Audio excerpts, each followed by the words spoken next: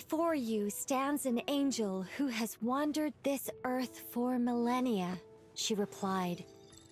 Upon her declaration, the clouds parted, a golden staircase unfolding at her feet. And with a simple step, Nicole began to ascend the stairs of divinity.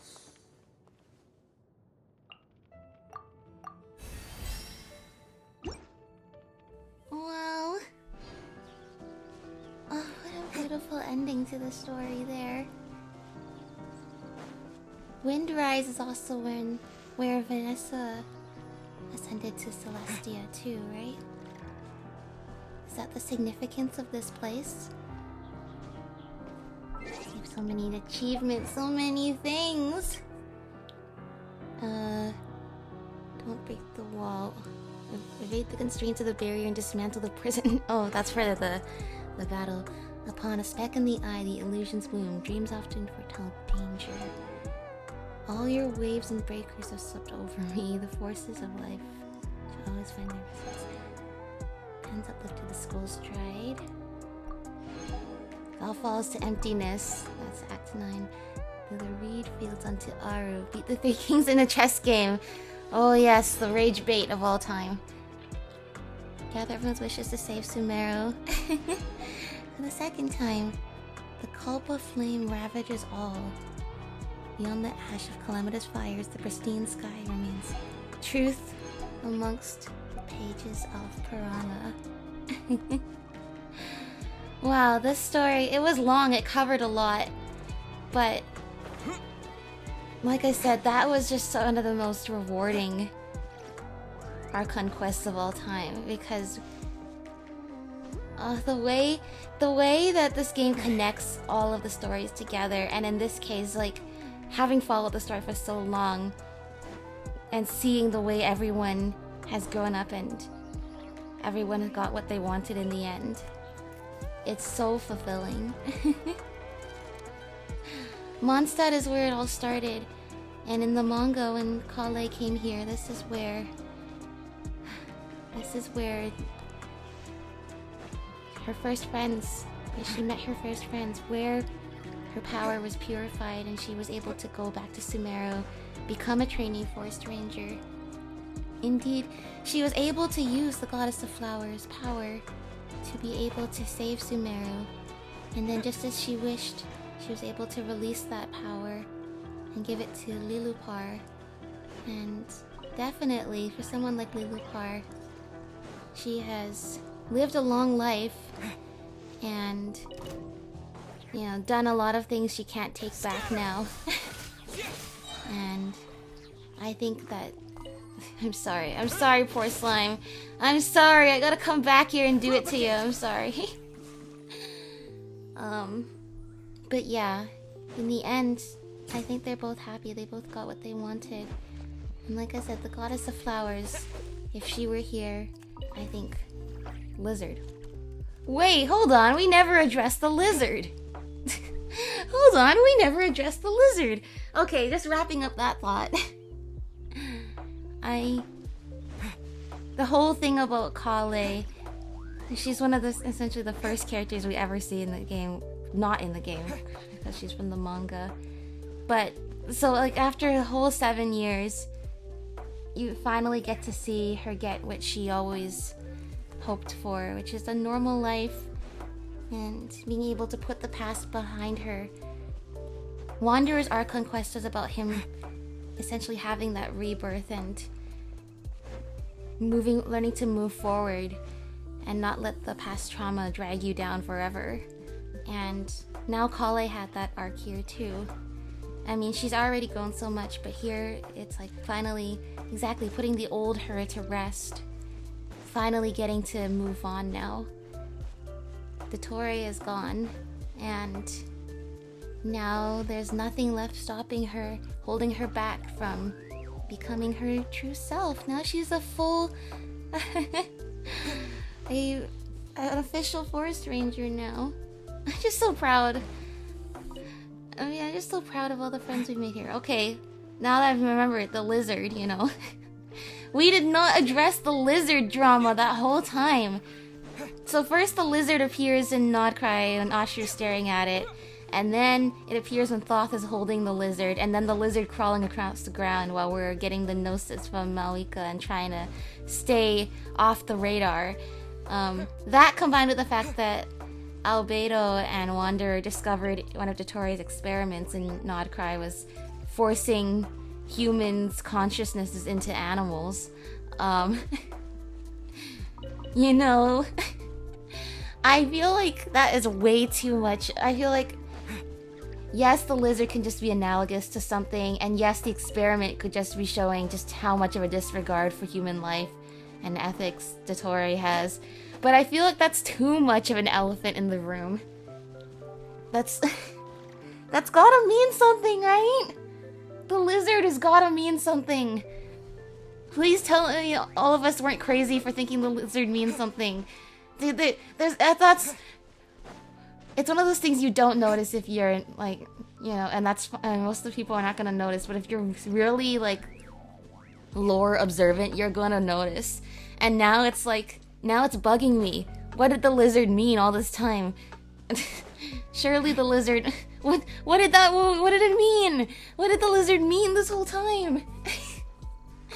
I don't know. Alright, time to pull out my notes. These are all the things I was thinking today just about the story.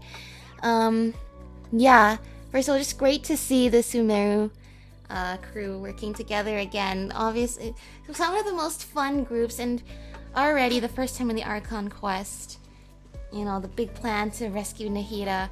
Just the way this group gels together is so much fun. And just seeing everyone work together. And Cafe getting to be part of it this time too. And a bunch of other characters that weren't super involved in the previous Archon quest. This time everyone was here. And just seeing seeing the group work together is so much fun. Seeing the representatives at the Eternal Oasis too. That's what I mean. Kale and Nicole representing the Goddess of Flowers. Some of the 7 pillars representing King Deshret. And then of course Nahida being there. Thinking she's representing herself. Actually, she's representing Greater Lord Rikudavada, but she doesn't know that. Although I suspect Nahida does know. It's just that she knows a lot. I do suspect she does know about Greater Lord Rikudavata somewhere in her heart.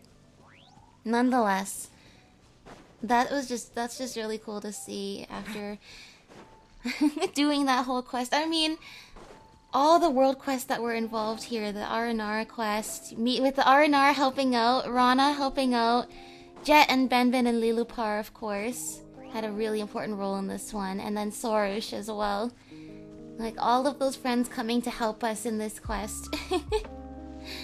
It's just so great to see all of our world quest friends meet each other and to be part of the main story, and that the fact that we built all of those friendships and relationships meant something really important. Really fun to use Ether, Wanderer, Nahida in canon against Dottore. This is like, I mean, they're like my favorite characters. That Wanderer and Nahida, I feel like witnessing... I see you. There's no treasure, so her treasure attack didn't even do anything. But Wanderer's story and how Nahida guided him through so much of it. In a way, that was like her first test as an Archon, but also just her first chance to be a friend to someone like that. To help someone going through something tough. Just... I feel like these are the two characters that were there for me when, at a time in my life when I really needed to see that, to feel that, to, I guess, see that reflected in someone else's story. And it's just really, it was really nice to have them all come together to canonically defeat the boss like that. That just made me, that just filled something in my heart. I mean, a lot of this is just like, I think a part of me has been waiting years for this to happen, and I'm just so happy to see. Yeah, in the cutscene, Aether and Wanderer are fighting off Dottore so that way Nahida can start using the Gnosis. It's so cool the way they do that, like literally mid-air. Like you guys are literally falling towards like metaphorical hell, and you're able to do that mid-air. You guys are so cool. Oh, hi Tagly. Did I press the chat? I pressed the chat. What else? Yeah, very fulfilling to see so many of the characters. Wanderer, Nahida, Kale. It's been fulfilling to see them grow. Each of them growing into their roles, their new lives. And now to be able to show what they've learned over the years, how much they've grown and matured since the last crisis. I mean, Wanderer was actually central to the last crisis, not helping, but causing it. But just the contrast, seeing how much all the characters really have grown and changed. And those three even more than others, but even like...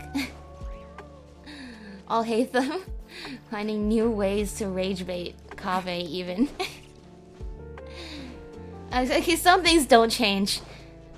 But, like, Kaveh and I'll hate them. Some things don't change. But, in a way, some things do change. Like... like, the way they've argued has evolved. Let's just say. What else? Yeah, the poetry and significance of Nahida destroying Irminsul. I mean, that is obviously something the 3 out of 4 shades noted as being pretty important, as significant as well. That she would use her authority to destroy Irminsul, and argued that this is the best way to protect humanity and thus protect the Heavenly Principle's wishes. I mean, I think we've seen a lot of Archons break the Heavenly Principle's wishes a lot, but the fact that she is so willing to destroy something that is her very purpose for being in the first place. And although she fully doesn't remember it, I mean, she remembers it as being herself, but Greater Lord Rukkhadevata, she talked about while all the other Archons during the Cataclysm headed to Khaenri'ah, she stayed behind to protect Irminsul, and thus was corrupted by the forbidden knowledge along with Irminsul as being the avatar of Irminsul. That eventually she would give her life to erase herself to protect all of Teyvat and save Irminsul from being corrupted. Yeah, she wasn't held back by sentimentality or anything like that, or this is how the rules should be. She took a big risk. I'm still thinking we're gonna see the consequences of literally burning down Irminsul pretty soon. So what is using Aru just like switching out the computer chip? I'm thinking, what's gonna happen to all of the ley lines, like in the ley line blossoms and the domains?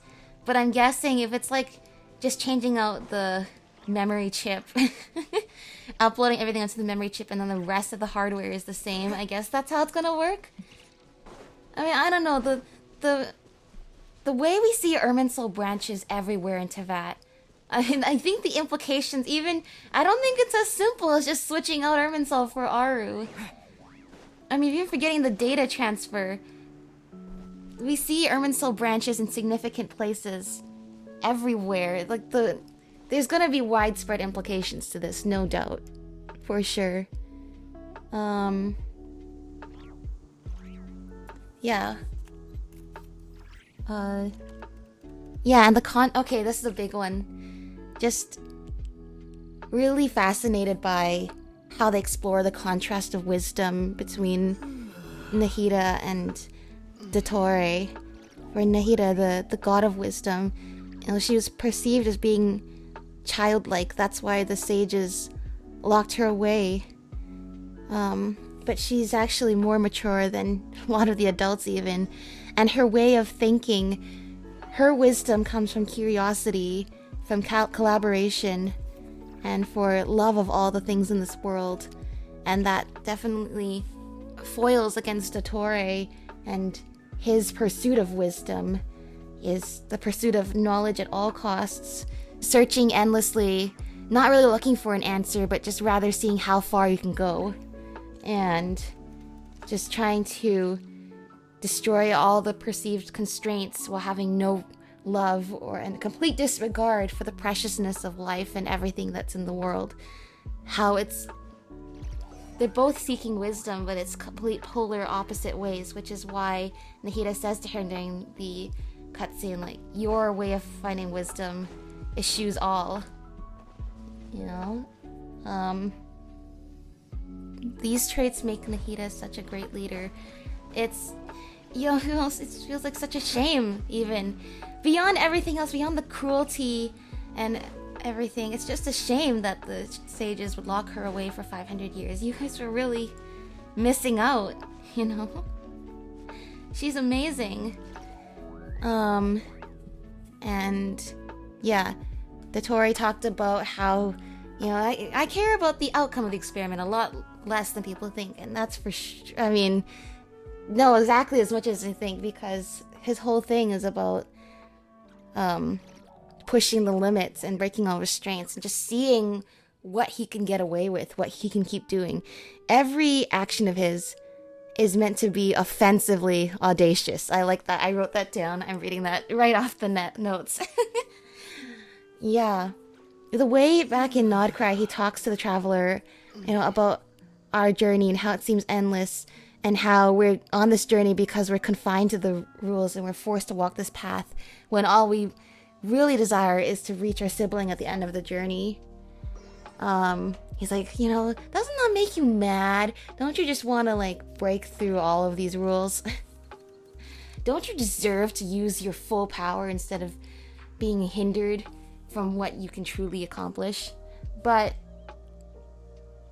what we really... The rest of society... I'm just going to read off my script here now, because I think I'm way better at wording stuff in writing than speaking, so I'm just going to write what I wrote. The rest of society accepts rules and restraints in some cases because we literally can't fight against them, like we can't escape gravity pulling us to the ground or the sun burning our eyes. But in other cases, we accept the rules because we choose not to fight them. The rules give us a harmonious society and a world full of wonders to uncover, excitement to the path of life, and something to uncover at the end of it all. We don't view them as constraints like Dottore, but rather as... Sorry, the text is so small. I'm reading this off my phone. We don't view them as constraints like Dottore, but rather paths of a maze to go through. They impede us and force us to go certain ways, but they don't have a consciousness. They don't seek to drag us down. That's not their intent. Instead, they make you think about the world's problems and appreciate life, the world, your fellow human beings.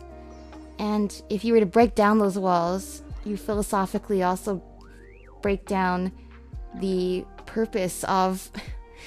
I guess this is getting very philosophical, but the purpose of our consciousness and existence, in a way. I mean, that's what makes life exciting, is that we don't just jump to the end because we think we are above having to go the hard route. You know? Well, yeah, I guess you guys know. I mean, yeah, Dottore not only disregards others, but disregards the world as it is, which is exactly what he's trying to do. That's what his talk about the new world means. Bringing about a new world is something a lot of antagonists talk about, but for Dottore, there's a very profound meaning to that. It reflects the way in which he simply does not care for the world as it is. He's almost insulted by its existence, which is, once again, almost offensively audacious, considering the world is, to us, all we have. It's everything.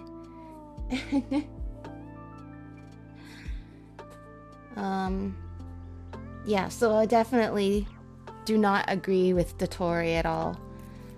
His mind is just really twisted.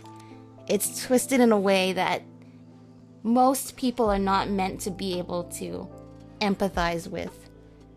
He's done some really despicable, disgusting, horrific things.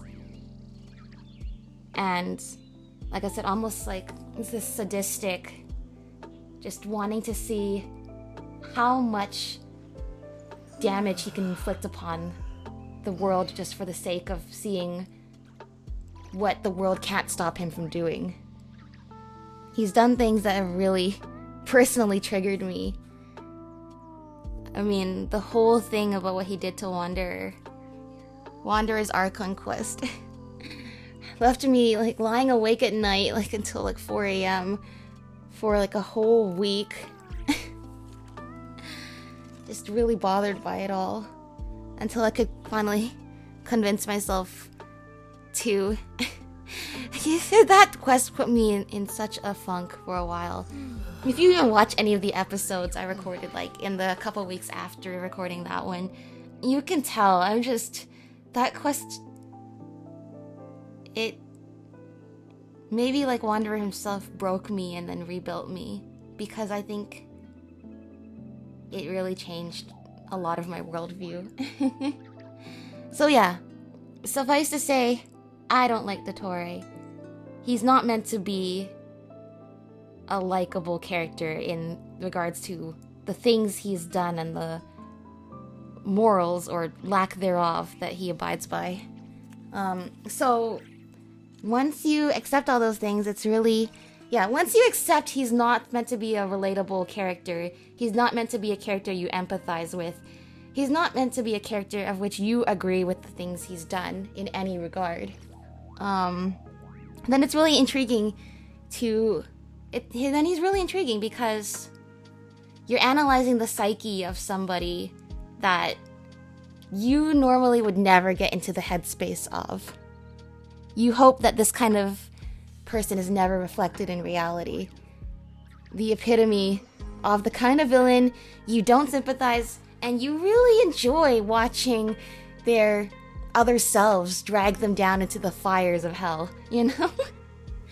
It's, you, even if you don't derive any enjoyment from witnessing the pain of others for any reason, you have to admit he really deserved what he deserved. And yeah, but in that regard, it's really, it's pretty interesting to see the way his mind works, if only just that's what makes an interesting antagonist, is someone that you have to be truly, you have to become truly deranged to actually really get a good dive into his mindset and empathize with it. And seeing that kind of play out is pretty interesting. Also pretty interesting is getting to see his dynamic with Pantalone, and that's why I think it's actually good they did this Archon quest. Otherwise, he was going to die and we would never get to see his interactions with Pantalone, even though they were already alluded to be really interesting from the dialogue we hear other characters. Like Wanderer is like, oh, anyone who works with Dottore is not somebody you really should hang out with, and which I agree. But it's interesting to see that dynamic, since you've already established you're not going to relate to them. Just exploring their interactions are pretty funny. But just exploring that sort of power imbalance between two characters that have not done very likable things, but seeing the way that, yeah, I don't know, they don't hate each other, they don't really like each other either, they're just kind of bound by this mutual need, and it creates some very, very interesting discussions and worldviews. I want to rewatch that scene with them standing in front of Irminsul again, and then Nahida's conversation with Dottore afterwards. The writing in this game, the way they explore issues, is the profoundness of the story and how there's almost like a new moral to the story every time while building off of the lore. It's just, yeah. It's just so good. What else? Yeah, there's a lot to learn about Pantalone, like his backstory. Why does he need a elixir of immortality? Is it really just because he doesn't want to die a boring death. I remember in the artifact, the Fatui artifact set, the description of the Harbinger, presumed to be, I think, Pantalone, is that, felt like he never had the gaze of the gods. I guess that explains why he and Dottore mutually despise the gods.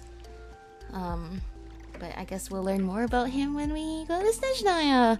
And Ether is inevitably like, it's you, mysterious man! And as for Dottore, one other thing is, how does he know the name Scaramouche? Like, is there some, like, I can see someone as, intelligent as Dottore, seeing Wanderer, seeing all these holes in his memories, like, why did I go to Tatarasuna anyway, kind of thing. Why has the 6th Harbinger's seat been empty this whole time? And filling in the blanks of everything Wanderer was a part of. From being in the Fatui, the whole Tatarasuna incident, the experiments Dottore did on him to create his segments. But how would he know?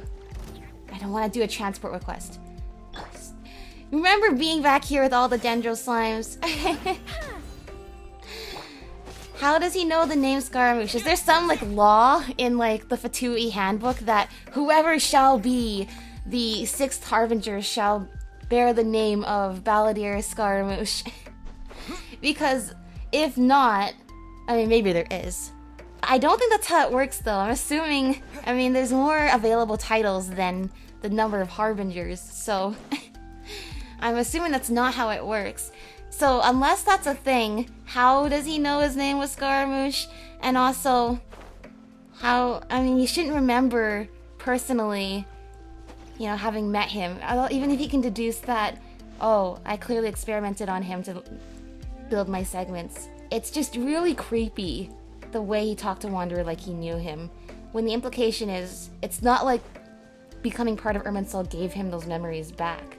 It just gave him clarity, unless he said something about restoring those memories. Is there like a recently deleted folder in Irminsul? Because if so, I don't think it's that recent. I think 3.5 years ago is not that recent, Maybe you didn't turn on the delete after 30 days function. Anyway.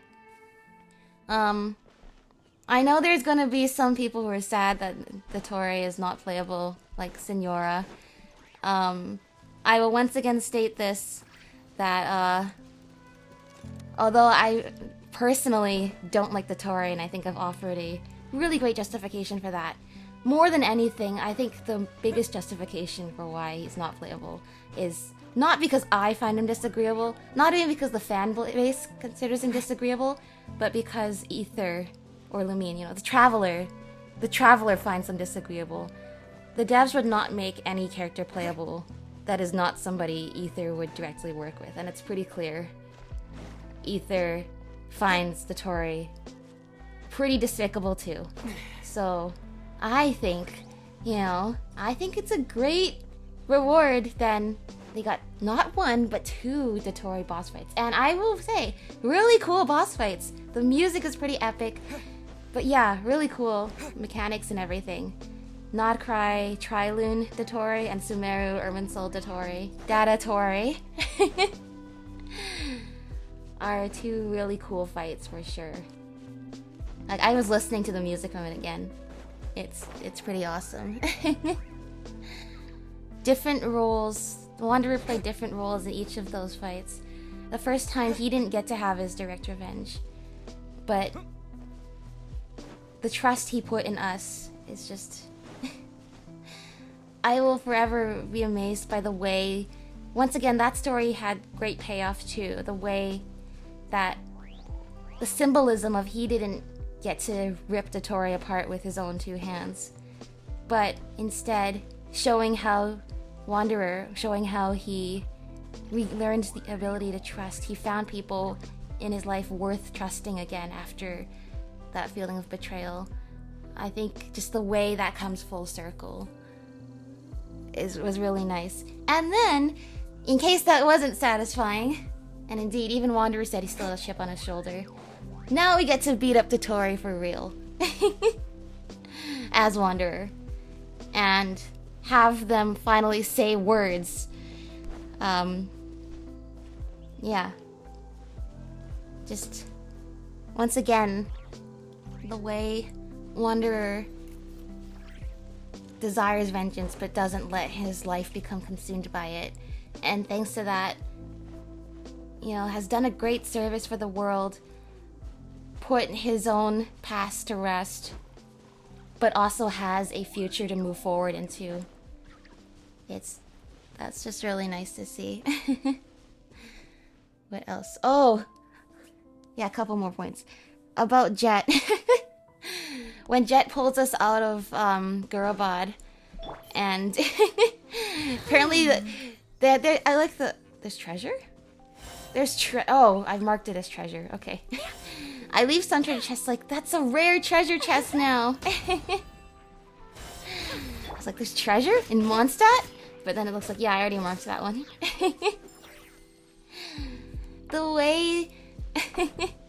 The way Jet has different interactions with Aether and Lumine, even back in the world quest where she describes Aether as like, you know, Aether, like, he's my best friend, and then she describes Lumine as like, she's the person that is most dearest to me in the whole world.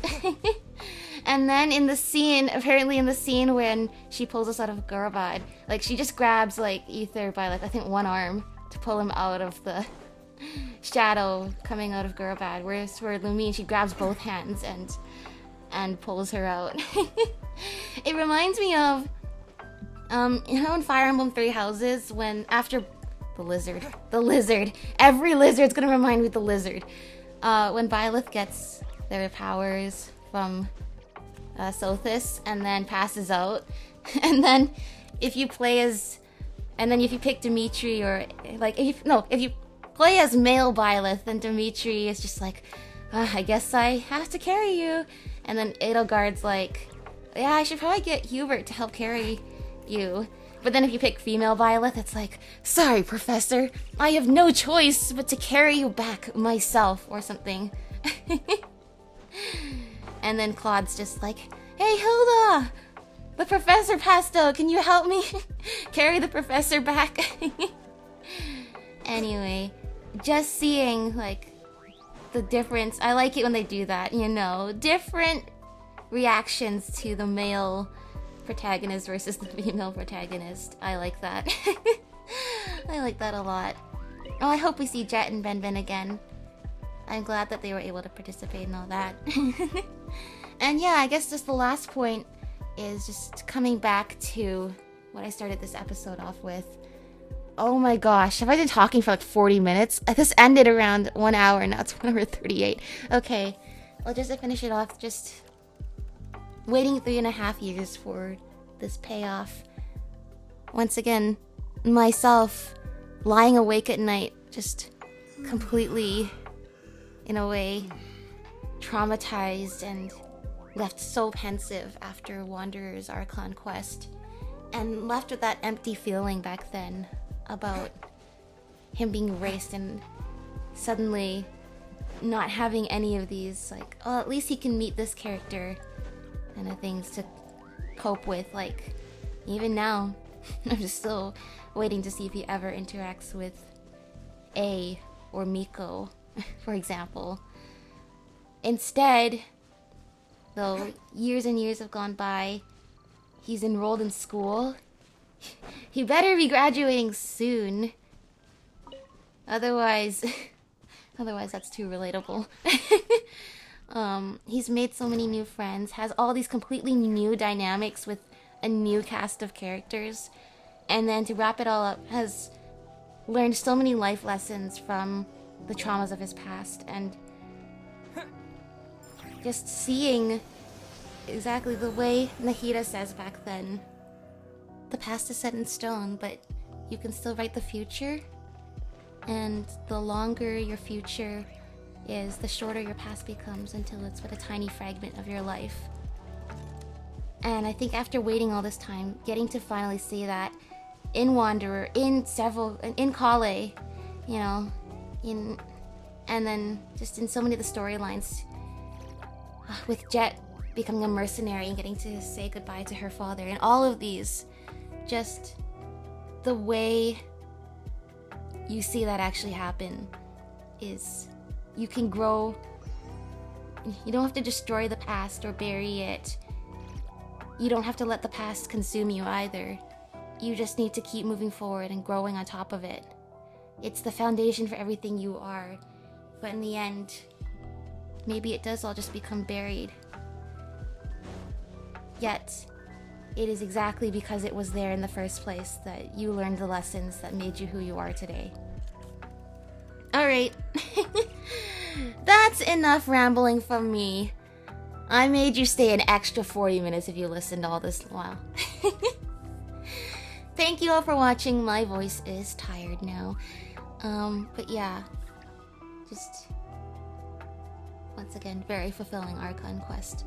I'm really happy with how they did this one, and really curious to see where things go from here. So, thank you all for watching, and I will see you all in the next episode. Bye-bye! Alright, so a little bit of a bonus segment here.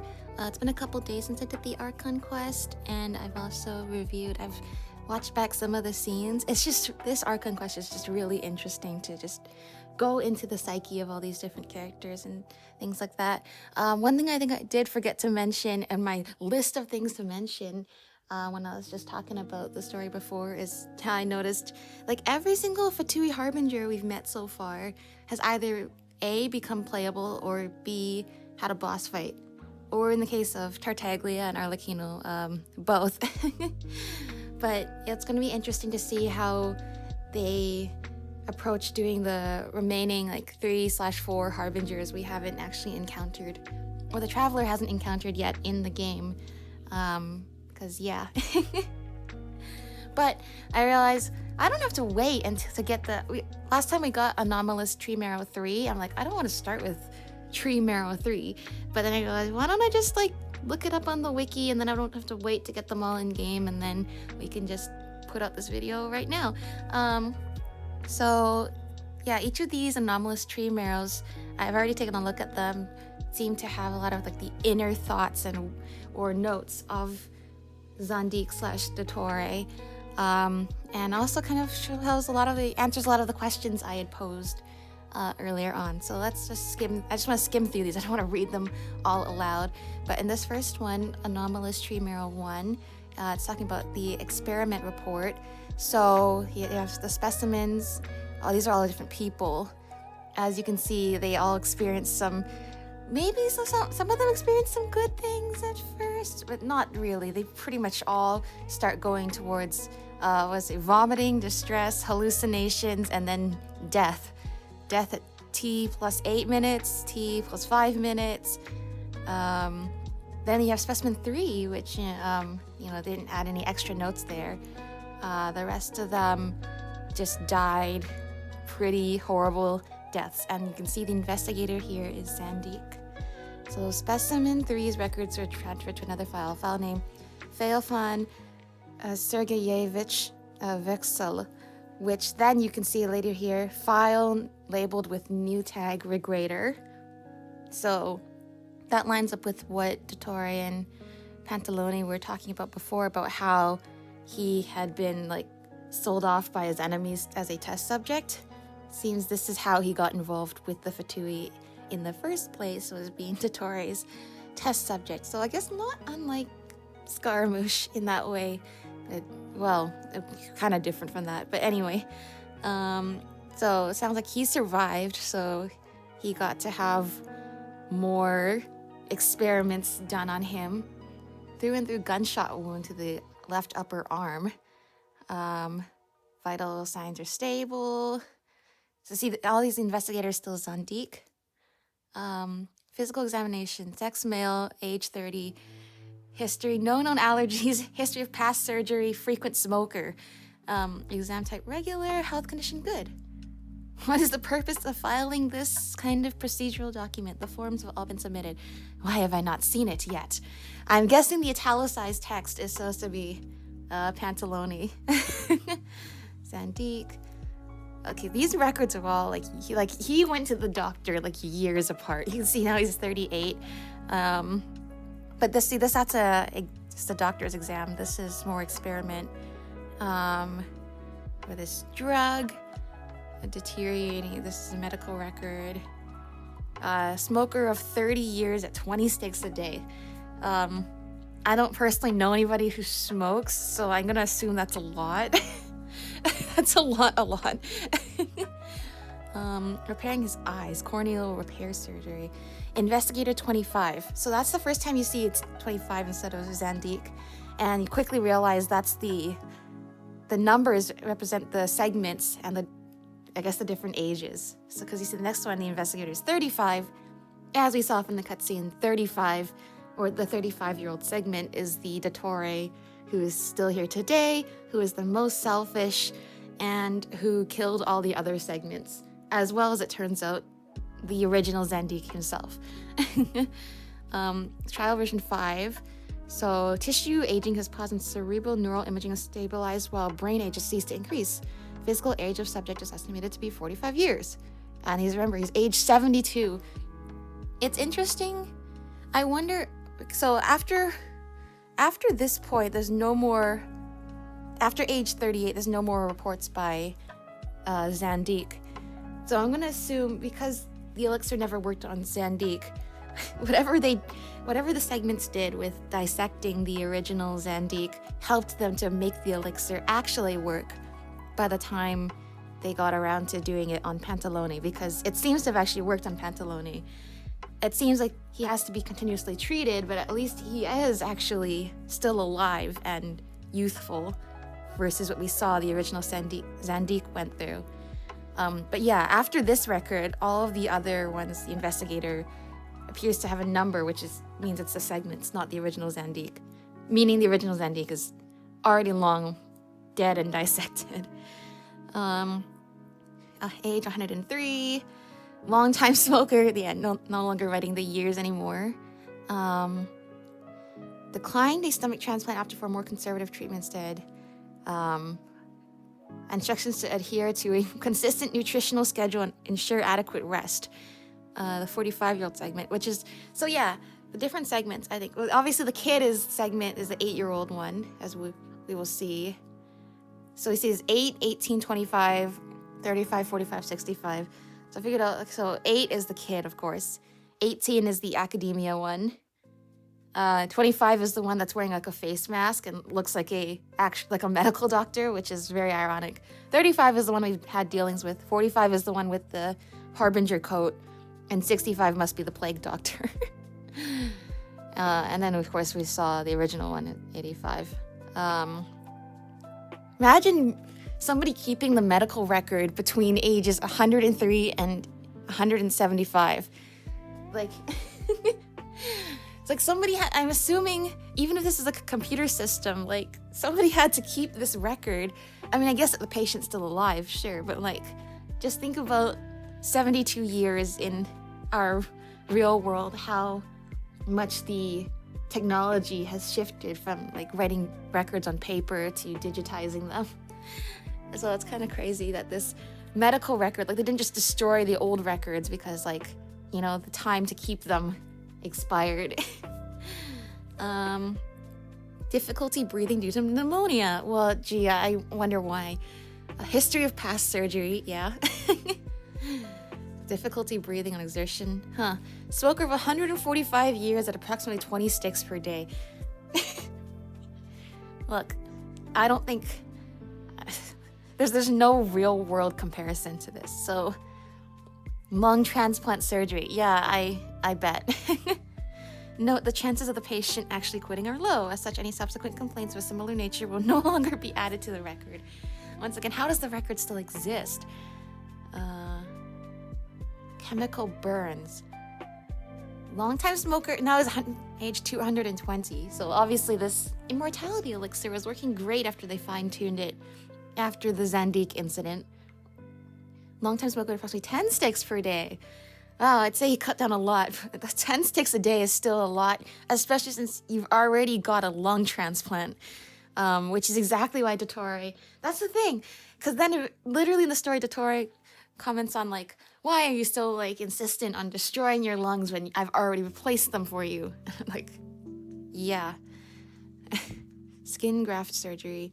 I'll be with a newly acquired sensitivity to external stimuli due to the skin barrier. Recommendation, minimize field-based duties. But that's not something I can help. Yeah, so that's when I can figure, like, that is Pantalone's anecdote. This time his investigator was the 18-year-old one. Restoration of the immune system. Yeah, this is only 1 year later. Wow, such a recent record. Congratulations to the patient, who may now continue to enjoy the use of products made of alpaca wool. Thank you. I love the trivial stuff that gets added in. Age 312, so then they waited another 100 years to update the record. Generally speaking, a trivial matter like this does not call for a file entry, but how can one pass up undocumenting the occasion when the great Pantalone got a nosebleed after tripping over a bedpost? Allergy and past surgery? No, really? There was no allergies before, right? Yeah. Long-time smoker, routine wound care. Put on glasses. I'll have to find them first. You'll have to keep an eye on them then. And that was the investigator, was the 8-year-old segment.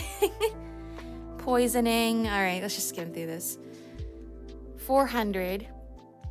Evaluation of the long-term consumption of the elixir and mortality on the brain and other organs. Localized anatomical dissection for 1 hour, 30 minutes, 52 seconds. I mean, you must really trust Dottore to allow yourself to be dissected and hope that you're still gonna wake up.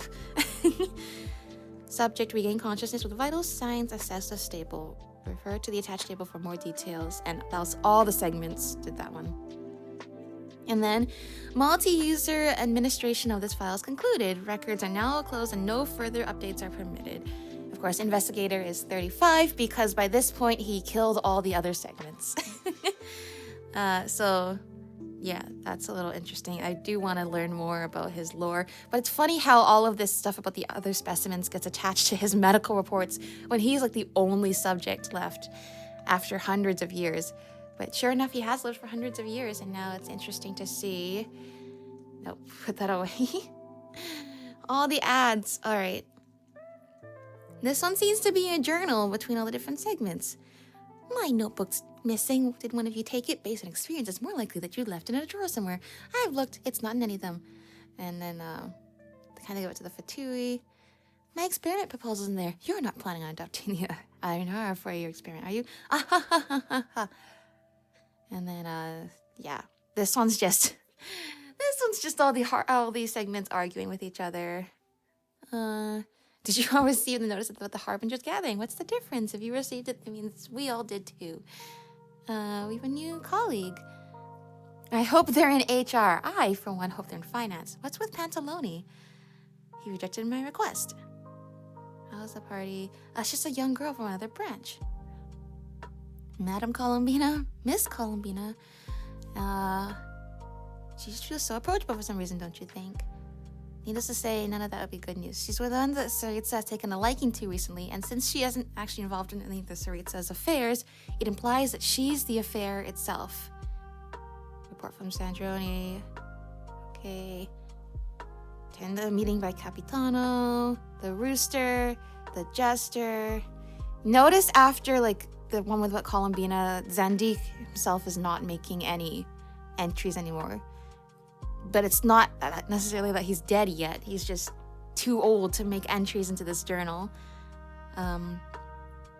Maybe it's because he's raised by it. Maybe he's just unsure. That's not surprising, I suppose. Who can really tell the whole lot of me's apart? There's only one me. Zandik's the main and not a segment. But main doesn't count. He doesn't count? If you ask me, neither you nor me are truly me's. Alright, here we go. The main just died and the body's still fresh. I need all hands on deck. We need to prepare for the autopsy and start recording now. Already recording, but do you have to be so excited? In all honesty, our shared lack of imagination in these matters is almost impressive. Do you actually not feel sorry for Zandik? You're the one who's closest to him. Of course I feel sorry for Zandik. Am I not Zandik himself? You're right, and I feel the same way. This is the time for us to show some emotion and compassion for ourselves. We should be able to develop a drug that works better on us since we're experimenting on our own body. Let's get to it. I'm so excited. So indeed, it seems after they murdered and dissected the original Zandik, they managed to finally perfect that elixir of immortality. We're gonna ignore the gruesomeness of this whole thing. We've already established that before. But you can see how they don't get along that well. And then Tree Marrow 3, which is the one we did get last time. So many ads. An overwhelming sense of unfamiliarity comes over you at the moment you touch the tree marrow that you cannot quite pinpoint the source of this estrangement. It is as if you are thinking and standing still at the same time. You sense information quietly entering your mind with other data surfaces, both in a way that enters them in their most easily readable form. It then dawns on you this flood of information comes from Irminsul, taking the form of digitized memories. However, you feel neither irritation nor excitement. The data simply flows through your mind like water, not wanderer, water, and you observe it all with total calm and equanimity. I wonder if you always get Tree Marrow 3 first then, which is kind of weird, because that sounds like an introduction to what this is. Isn't it weird too how even though the Traveler is not recorded in Irminsul, like there's still, I guess, able to read the memories from Irminsul? I should attend this meeting. I told myself. 25-year-old me casts a sidelong glance. The mere adoption of the epithet the Doctor immediately establishes a relationship of superiors and subordinates with other individuals in the organization. I headed to that secret meeting where Piero was the false sky. The revelation that false sky is the little consequence. I have no use for it.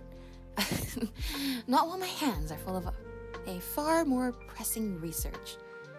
That being said, the question of what lies beyond that sky is a curiosity worth pondering. And that's the thing, right? He went after the moon goddess's power. But, I mean, most of his experiments had to do with changing the world and also with using, like, more light realm, elemental kind of experiments rather than anything to do with the abyss or space, despite his curiosity. It has been some time since my return from Sumeru from that operation where I lost me, myself, and I, among others. So that's when he killed the other segments, I think. The two Gnosis I secured are bound to please the Tsaritsa. At Zapoyarni Palace, I encountered Sandrone and Columbina. They invariably maintain a distance of a few paces between them. Sandrone let a short scoff. Yeah, nobody in the game likes Dottore. The battle trophies to the Tsaritsa. While the other Harbingers do not intend it, they will hear this soon enough. Even the lesser Lord Kusanali was once moved by the secrets Piero holds. 4 descenders have come to Dravat, and the third is erased for violating the one rule, though the method of that erasure remains a mystery. Yeah, I still remember the third descender is the one whose body was converted into the Gnosis, so that's interesting. As for the other 3, I need to only utter their numbers for her to understand immediately. The pensive silence that follows on her part was quite telling, really. It must surely stem from her relationship with that 4th descender. Yeah. Who, Lesser Lord Kusanali? Yeah. Operating wonderfully serene, blissfully free from the incessant disturbances of my segments. Yeah. Splitting the soul is not the most formidable obstacle. The mechanism of transfer. We must conquer the living world, then we head to the world beyond death. I expect to begin with animal experiments. We can use the souls of others as the subjects of our experiments. So that answers the question. When we went into those bubbles in Nodcry, and there's all these people's souls got transferred into the animals. It must have had something to do with this. This was his soul transferring experiment. But how would he have transferred this? These experiments must surely, well, maybe he was just finishing it up. Maybe he did some of these before. But this can't possibly have been the first time he was doing experiments with transferring souls, because he had already transferred his soul into the Northland Bank before arriving in Nodcry. So He must have just been perfecting it. He must have already been doing experiments on transferring souls into animals. Phase 2 of the soul experiment is concluded with the losses staying below projections. Okay. Evidently, the channel of transfer is more critical than the total volume. Sure, okay. I perceive a truly magnificent scene. One half of my soul enters the ley lines through death, while the other remaining half is injected as pure data. So that's why Pantalone had to come all the way to the Sanctuary of Sarasthana to inject the other half of the soul that Dottore kept in the Northland Bank. Which, once again, he really is a literal bank vault, really well equipped to securely hold someone's soul. My two halves would then navigate those pathways to converge with the information of the past. It would be possible for me in a manner to achieve the preservation of my memories. We might consider that as one of death's rare oversights. Something that is even more eternal than eternal life itself. An immortal record would certainly satisfy that definition, of course. You catch the faint sound of laughter, and like a thunderclap, it jolts your awareness back to the surface, pulling it free from the memories that nearly buried it. You let go of the tree mirror abruptly and wipe your face. You expect to find sweat, but there is none. It's all an illusion.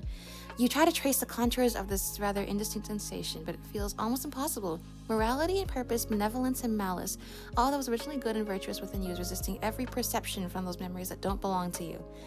After an indeterminate amount of time, perhaps seconds or perhaps minutes, you finally get a hold of yourself and put this unusual object away into your pack. That's right. We're gonna put this into our backpack with all the other crazy things we have. But yeah, morality and purpose, benevolence and malice, all that was originally good and virtuous within you is resisting every perception from those memories that don't belong to you.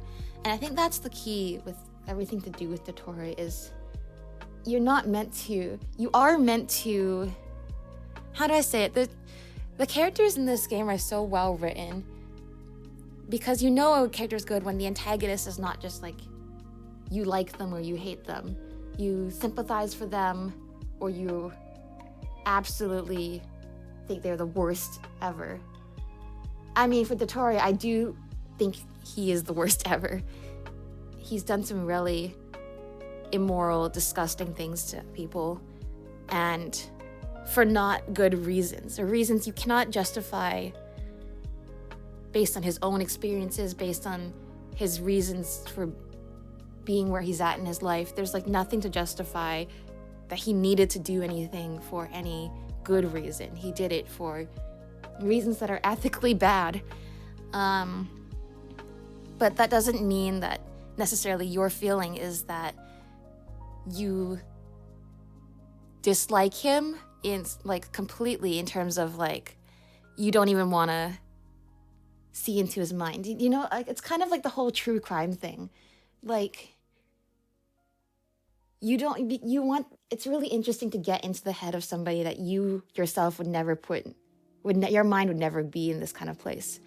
Like it's absolutely horrific, the kinds of things that he's done and the mindset and the headspace you have to have in order to continuously be like this your whole life. Like you have to be a really twisted person, and yet the rest of us regular people still find it fascinating to examine the mind and thinking of these people. That being said, it's not though you're meant to be enamored with what you find. I think you are still meant to be troubled and feel icky about what you've discovered about this person, but that's not going to stop you from getting into their headspace and trying to learn more about the way they think. I guess that makes sense. It's because I know this is always Dottore, characters like Dottore and also like Scaramouche and many characters in a well-written story, like say Edelgard from Fire Emblem. I think it's hard to put it into words, but they're meant to be controversial. When you have a character that people don't agree on what to think about them, that's actually a sign you've written a good story and written a good character. That people cannot agree on how to feel about them. That people have different perspectives based on their own lives on how to approach, this character and how to think about them and think about how their own worldview changes with this character. It's just all really interesting. This is how you know media is so good. It gives you so much to think about, and it invites discourse, and it invites these tough conversations. Anyway, that's all I have to say. There's a lot of ads. I'll try to crop it just to be the text. I don't know. Anyway, just overall, this was one of the best Archon quests so far. I think we learned so much about all the different characters. It just was really fulfilling experience. And yeah. That's it from me.